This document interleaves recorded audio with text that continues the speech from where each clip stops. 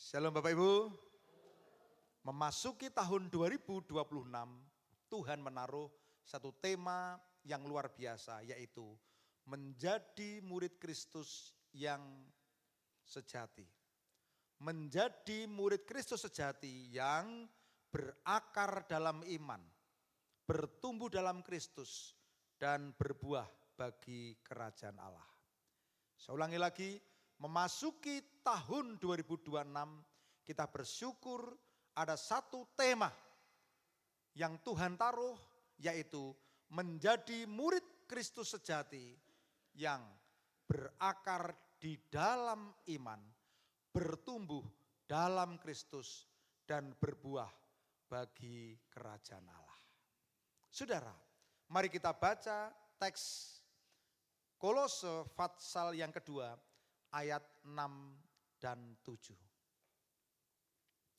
Mari kita baca bersama-sama sampai suara kita didengar oleh telinga kita. 2, 3. Kamu telah menerima Kristus Yesus Tuhan kita, karena itu hendaklah hidupmu tetap di dalam Dia. Hendaklah kamu berakar di dalam Dia dan dibangun di atas Dia. Hendaklah kamu bertambah teguh dalam iman yang telah diajarkan kepadamu, dan hendaklah hatimu melimpah dengan syukur. Saudara, kita sudah tahu bahwa ciri murid Kristus yang sejati ada 3. Terpelajar, bertekun dalam pengajaran, terdidik, mengalami perubahan hidup, dan yang terakhir, terlatih, berfungsi dalam pelayanan. Namun Tuhan memberi kepada kita pewahyuan. Setelah 25 tahun visi ini, Tuhan izinkan ada. Mulai tahun 2026 ini, kita akan melihat bagaimana Tuhan menaruh kedalaman visi ini. Melalui ayat ini kita akan belajar bagaimana sebenarnya proses menjadi murid Kristus. Bagaimana kita proses iman menjadi murid Kristus.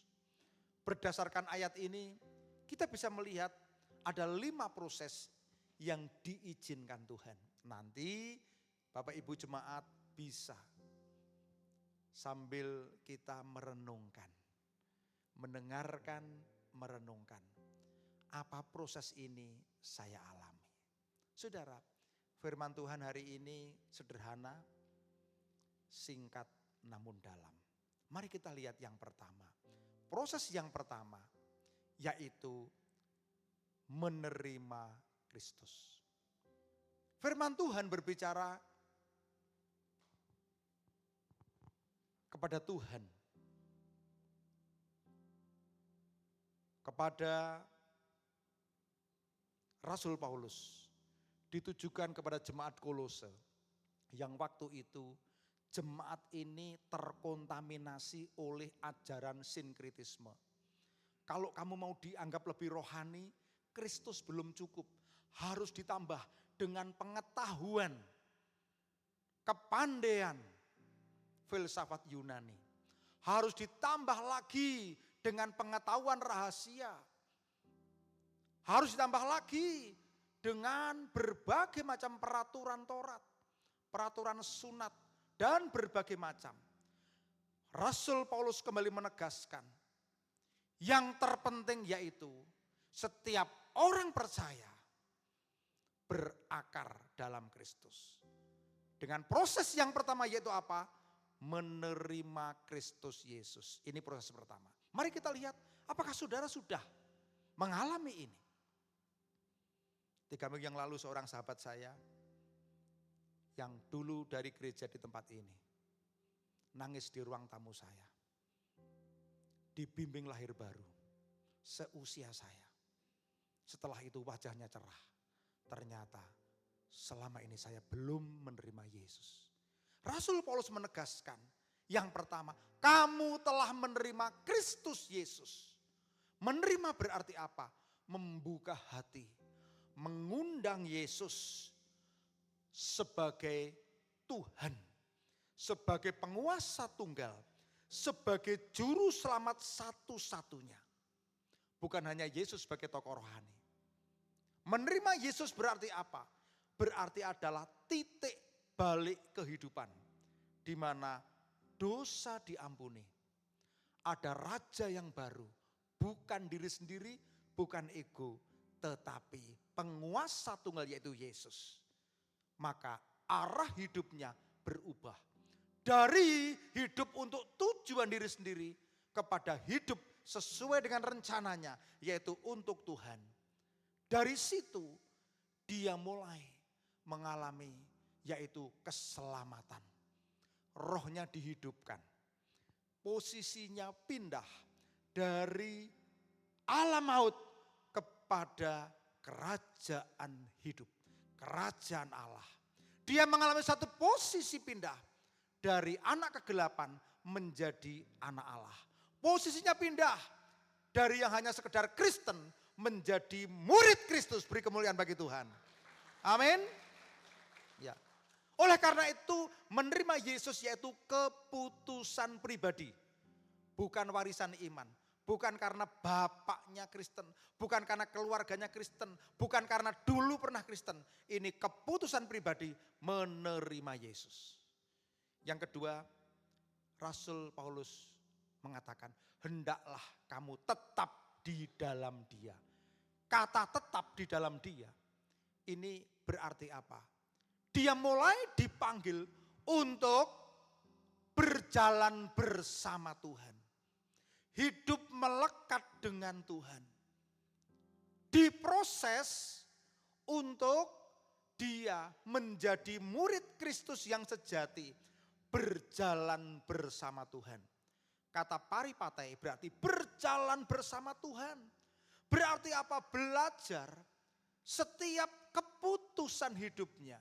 Setiap langkah hidupnya. Setiap sikap hati. Cara hidupnya. Kristus menjadi pusat.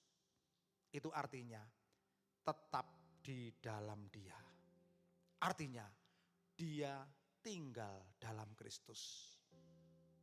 Saudara, dua proses ini yang kadang-kala orang biasa dianggap selesai. Padahal ini adalah bagaimana proses orang menjadi murid Kristus yang sejati. Berikutnya Rasul Paulus katakan, hendaklah kamu berakar di dalam dia. Saudara, proses yang ketiga berakar ini berarti apa? Dari situ mulai akar imannya bertumbuh. Dari yang akar kecil tumbuh. Saudara, kalau saudara tahu bahwa akar dalam sebuah tanaman itu adalah dasar. Nanti kita akan belajar. Akar iman dari proses yang kedua masuk proses yang ketiga, maka seorang Kristen mulai diajar untuk apa? Perhatikan. Bertekun dalam pengajaran. Saudara, berakar dalam Kristus berarti apa? Berarti hidupnya mulai dibangun fondasi. Perhatikan. Dari mana fondasinya? Dari bertekun dalam pengajaran. Dari firman Tuhan. Mulai saat itu yang menjadi makanannya adalah firman Tuhan. Orang bisa kenyang karena nasi, orang bisa kenyang karena makanan, tetapi orang yang sudah menerima Yesus, orang yang sudah berjalan bersama Yesus, mengikut Yesus, mulai makanannya yaitu firman Tuhan. Mulai dilatih untuk terkoneksi dengan Tuhan. Mulai dilatih untuk hidup dalam ucapan syukur, mengakui Tuhan, menyembah Tuhan, mengakui kebesaran Tuhan daripada masalahnya, dari pujian, mulai berakar. Berarti orang percaya mulai dia hidup dalam doa, di dalam firman, di dalam pujian penyembahan. Dari sini saudara tahu, murid Kristus dilatih untuk berakar, berakar, berakar, dan berakar. Saudara, kalau saudara tahu akar yaitu fondasi. Nanti saya akan terangkan bagaimana pentingnya akar. Ya. Saudara, murid Kristus yang sejati, proses ketika berakar ini banyak orang yang menganggap gak penting. Yang penting saya beraktivitas di gereja. Yang penting saya tampil kelihatan melayani. Yang penting saya beribadah. Lupa. Sebenarnya ada satu proses yaitu berakar. Berakar. Berakar. Saudara, baru setelah berakar, akarnya kuat. Baru dibangun. Kata berakar itu berarti sesuatu yang tidak nampak karena akar di bawah tanah. Setelah akar sudah kuat, sudah cukup untuk menyerap banyak nutrisi. Firman Tuhan katakan keempat apa? Dibangun di atas dia. Dibangun berarti apa? Mulai kelihatan yang nampak. Saudara, banyak orang yang mengeluh pada Tuhan, Tuhan kenapa kok aku masih seperti ini? Banyak orang yang tidak sadar. Akar itu fondasi. Kalau akarnya enggak kuat, enggak mungkin akan dibangun fondasi. Kalau saudara pergi ke kota-kota besar, banyak bangunan yang sampai lantai 10, lantai 50, lantai 100. Kalau lantainya dibangun sangat tinggi, tingkat tinggi, tingkatnya banyak. Semakin ke atasnya tinggi, pasti fondasinya semakin dalam. Kalau gedung ini karena enggak tingkat yang di sini, beda fondasinya dengan yang di sana. Perhatikan. Ya, berarti apa? Kalau hidup kita mau dibangun Tuhan, semakin tinggi kita mau dibangun, kita harus memberi, Tuhan bangunlah akar saya. Amin. Halo. Amin. Ya. Makanya yang keempat, dibangun di atas Kristus. Kristuslah yang menjadi dasar. Karena apa? Kristus adalah batu penjuru. Kristus adalah batu karang. Kalau orang membangun di atas dasar pasir, mudah roboh. Makanya mari kita lihat apa fungsi akar dalam tanaman. Bagaimana fungsi akar itu? Nanti kita akan belajar. Apa hubungannya dengan kerohanian kita? Yang pertama, akar itu yang utama yang dibangun Tuhan lebih dahulu. Karena apa? Karena akar kita tahu itu menyerap nutrisi. Tanpa nutrisi pohon akan kering. Tanpa akar iman rohani akan mudah lemah. Maka saudara perhatikan. Akar menyerap unsur air, unsur hara agar pohon bertumbuh. Secara rohani apa? Semakin akar kita semakin kuat, semakin dalam, akan ada banyak nutrisi yang bisa kita serap. Akar iman berbicara tentang iman kita, nutrisi bicara firman Tuhan. Orang kalau akar imannya kuat, dia akan sangat-sangat butuh banyak firman. Perhatikan. Ya. Saya baca artikel seorang atlet, bisa loh makan telur itu sehari sampai 8. Makan daging semua, ditimbang semua. Ya. Semuanya ditimbang. Karena apa? Dia targetkan olimpiade. Dia adalah atlet yang butuh banyak nutrisi. Ya. Tubuh sehat. Tapi kalau tubuh tidak sehat, makan daging dikit asam urat. Makan telur dikit asam urat. Ya, karena enggak sehat. Demikian juga orang Kristen yang sehat, dia dapat menyerap firman Tuhan. Ada orang yang ketika melihat makanan, aku sedih baik, aku rantai engkau, Kenapa? Tidak sehat. Ada orang yang baru dengar firman Tuhan 5 menit udah ngantuk. Ada orang yang baca firman nggak tertarik, rohaninya nggak sehat. Ya, perhatikan, akar ini penting karena menyerap. Makanya fungsi akar yang kedua yaitu apa? Menambatkan pohon. Semakin akarnya itu semakin dalam, pohonnya itu akan semakin kuat. Enggak gampang tumbang. Goyang sih goyang, nanti balik lagi. Kena angin, goyang sih balik lagi. Goyang sih balik lagi. Perhatikan, akar iman seperti itu. Orang yang akar imannya kuat, angin badai apapun akan tertahan. Makanya kita perlu akar yang kuat. Amin. Yang ketiga, akar itu menyimpan cadangan. Saudara, pohon itu selalu menghadapi berbagai macam musim. Kalau musim banyak air sih tidak masalah. Ketika musim kering, hanya pohon-pohon besar yang bertahan. Pohon kecil kalau musimnya terlalu kering, banyak yang mati. Perhatikan, akar iman kita harus dalam, harus terkoneksi dengan Tuhan. Sampai apa? Iman kita menyentuh sumber kehidupan. Sampai menyentuh Tuhan sendiri. Makanya penting sekali terkoneksi dengan Tuhan lewat firman, doa, pujian dan penyembahan. Yang keempat, akar itu membentuk buah. Jangan pernah berharap pohon berbuah kalau akarnya gagal. Saudara, makanya akar itu penting. Rasul Paulus mengatakan, hendaklah kamu berakar di dalam Kristus.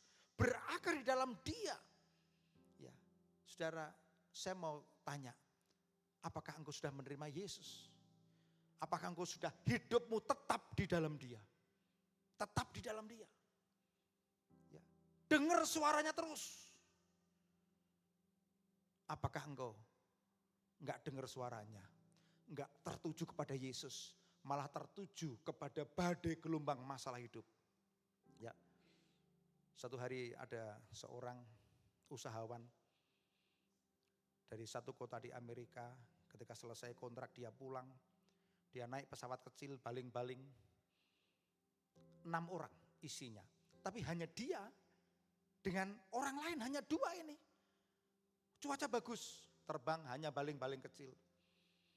Pas terbang baru 25 menit, tiba-tiba cuaca berubah drastis. Dan akhirnya apa? Badai besar. Pilotnya berkata, Pak aku mau ngaku ya Pak, aku itu belum lama terbang. Dan saya itu sering kalau keadaan seperti ini, dia tuh suka ngalami kegoncangan yang buat dia bisa apa? Buat dia bisa pingsan. Wah, 2 orang kaget. Wah, pingsan bagaimana? Kalau pilotnya pingsan bagaimana? Habis ngomong gitu, pingsan betul. Bagaimana ini? Lah, 2 orang ini akhirnya apa? Yang satu sedikit ngerti penerbangan, akhirnya dia ambil radio, dia ngomong, ya. Lalu ada satu pesawat Boeing yang tidak jauh dari dia yang dengar suaranya dan ternyata langsung dihubungkan ke menara, langsung. Menara itu ngomong, jangan panik, jangan gugup, ya. Bapak dengarkan suara saya. Jangan lihat ke belakang, jangan lihat ke jendela. Dengarkan saja, jangan lihat apa. Lalu saudara tahu enggak, dalam keadaan panik seperti itu, puji Tuhan, rupanya sudah tidak jauh dari bandara yang terdekat. Lalu akhirnya dia hanya taat, dengarkan saja, dengarkan. Bapak jangan lihat ya, jangan lihat. Nanti kalau lihat takut. Dengarkan saja, dengarkan. Luar biasa. Dengan dibimbing dan manual, akhirnya dia bisa selamat mendarat. Saudara perhatikan. Ketika hidup ini kita jalani seringkali. Kita tidak fokus mendengarkan dan kita tidak fokus kepada Tuhan. Banyak kita sering mendengar sana sini, ngelihat sana sini. Kita tidak bisa membatasi telinga dan mata sosmed. Membuat takut, membuat khawatir. Ingat. Dengarkan, hari ini Tuhan ajar kita menjadi murid Kristus yang sejati. Pertama apa? Menerima Kristus. Kedua apa? Tetap di dalam Kristus. Yang ketiga apa? Berakar di dalam Kristus. Yang keempat apa? Dibangun di atas Kristus. Penting saudara-saudara. Ya, makanya kita lihat akar ini sangat penting. Ya, berakar ini sangat penting. Mari kita melihat, perhatikan. Berakar dalam firman. Saudara, firman itu menumbuhkan iman. Semakin banyak kita mendengar firman, semakin banyak iman itu akan tumbuh. Makanya ikuti program gereja. Baca firman 3 pasal. Besok setelah selesai kejadian langsung ke Mazmur, langsung ke Amsal, langsung ke perjanjian baru. Ya. Kenapa? Firman menjaga arah hidup kita. Ketika isinya bukan firman, banyak keputusan yang salah. Banyak. Ya. Dan dengan firman, maka iman kita bertumbuh. Dengarkan, iman tidak bertumbuh lewat suasana ibadah. Saudara, banyak orang berbondong-bondong cari KKR. Banyak orang berbondong-bondong, wah suasana kalau ada KKR, Natal, Paskah mungkin. Karena apa? Bagus, wah ada artis datang. Tidak akan menumbuhkan imanmu. Firman yang menumbuhkan. Iman hanya tumbuh dari iman saudara. Karena firman Tuhan berkata, iman timbul dari pendengaran. Dan pendengaran oleh firman Kristus. Firman itu menjaga arah. Supaya tidak bingung. Fokus saja, dengar suara Tuhan saja. Dengar firman Tuhan saja. Ini. Yang ketiga, firman Tuhan mengoreksi dan menegur. Makanya begini, jangan jadi orang sombong. Ya, firman Tuhan itu tugasnya mengoreksi, menegur. Karena apa? Di dalam 1 Timotius, 2 Timotius 3 ayat 16. Segala tulisan yang diilhamkan Allah bermanfaat untuk mengajar, menyatakan kesalahan, memperbaiki kelakuan, dan mendidik orang di dalam kebenaran. Fungsi firman Tuhan apa? Untuk mengajar. Apa? Menyatakan kesalahan. Apa? Memperbaiki kelakuan dan mendidik orang di jalan kebenaran. Yang keempat, firman Tuhan yang direnungkan, dimasukkan dalam hati, memberikan cadangan nutrisi. Ketika kita dihantam oleh berbagai macam masalah, tantangan, situasi, firman Tuhan itulah yang menjadi kekuatan kita. Ketika masa-masa hidupnya mengalami musim kering, firman Tuhan yang menjadi makanan. Ya. Demikian juga dengan doa. Doa itu napas iman. Murid sejati akan bertekun di dalam firman, bertekun di dalam doa. Saudara, doa itu nafas. Tanpa doa, maka murid sejati tidak mungkin bisa hidup. Makanya firman Tuhan katakan apa? Tetaplah berdoa. Tetaplah berdoa. Doa itu seperti begini. Terkoneksi dengan akar yang dalam. Kalau saya berkali-kali mengatakan terkoneksi dengan Tuhan itu apa? Ya firman, ya doa, ya pujian, ya penyembahan.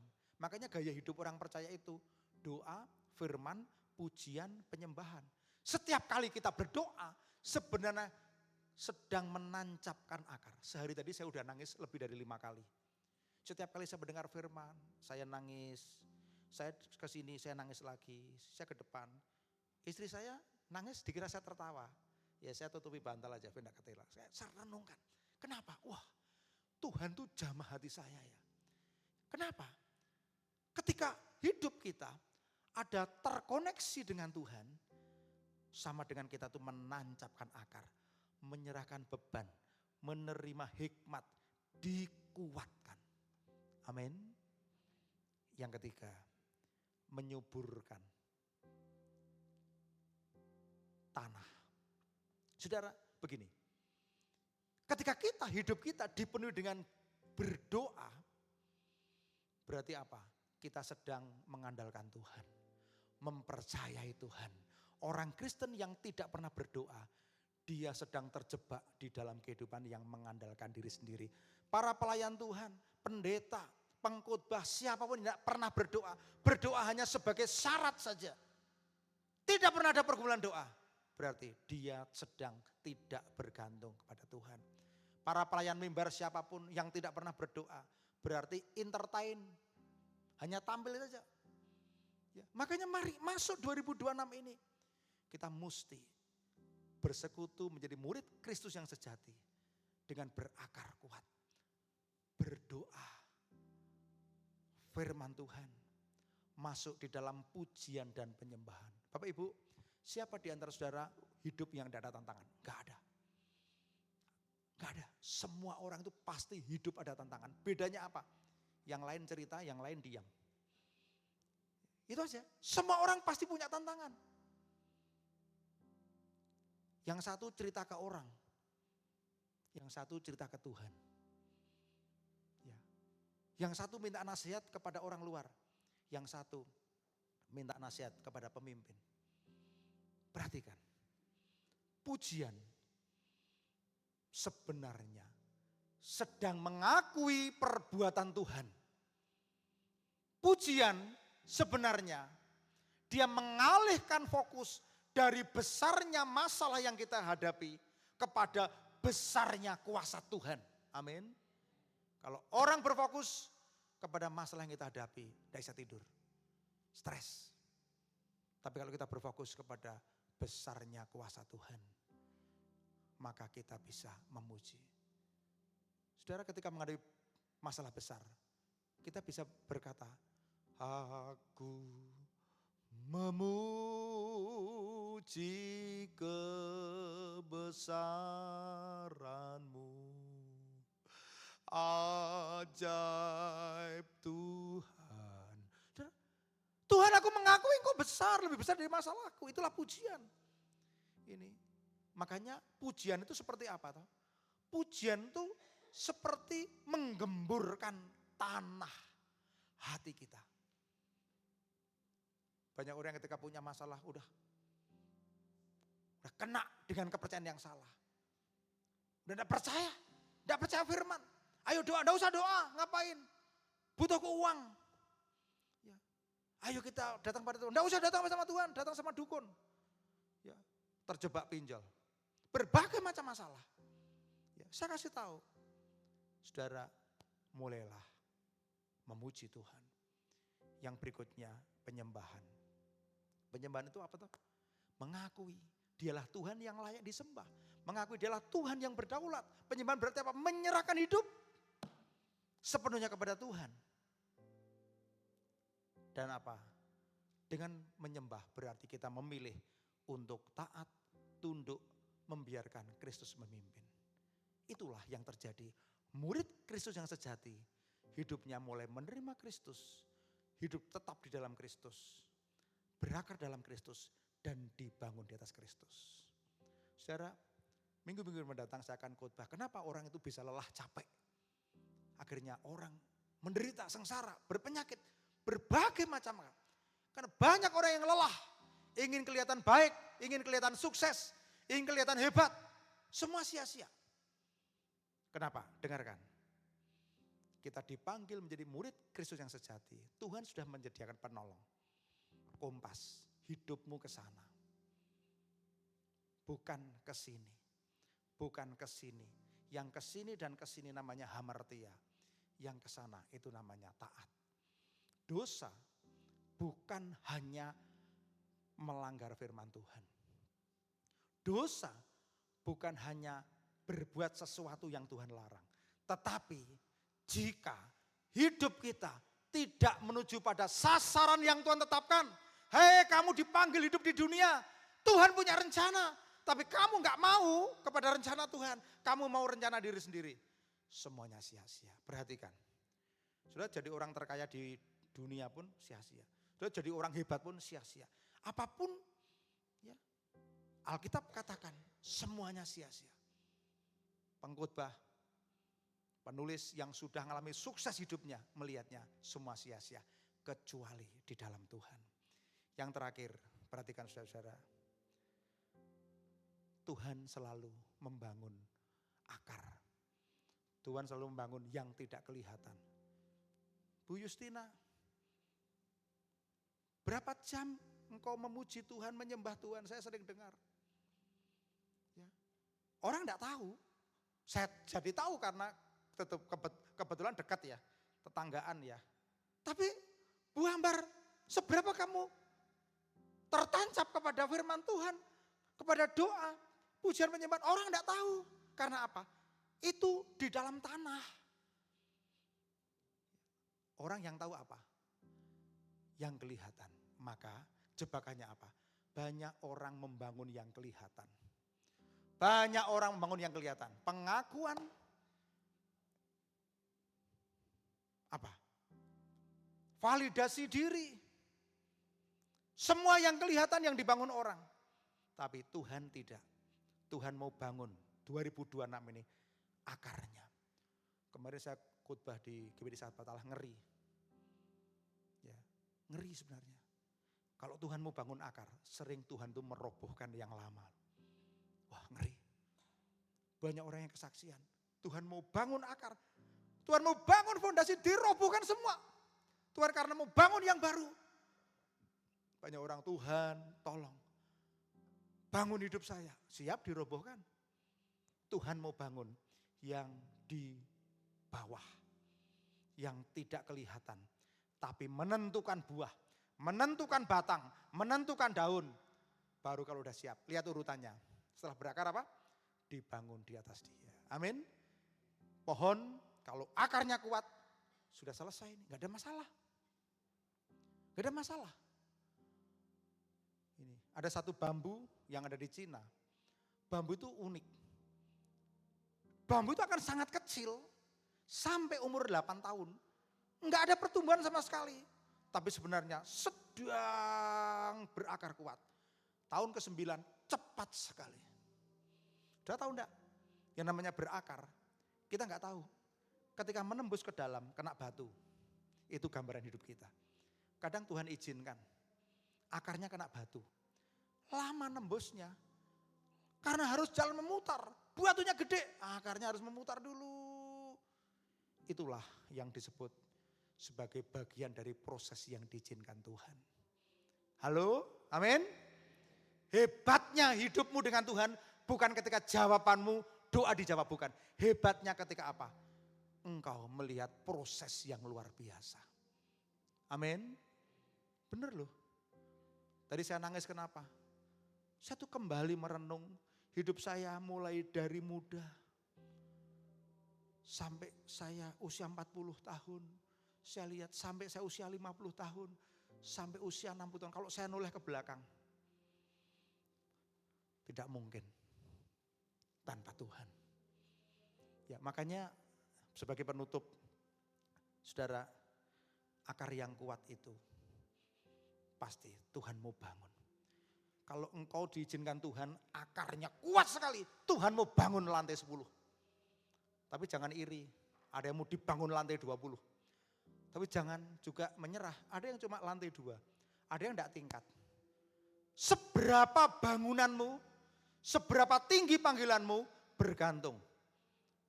Seberapa akar yang kau izinkan, kau relakan Tuhan bangun.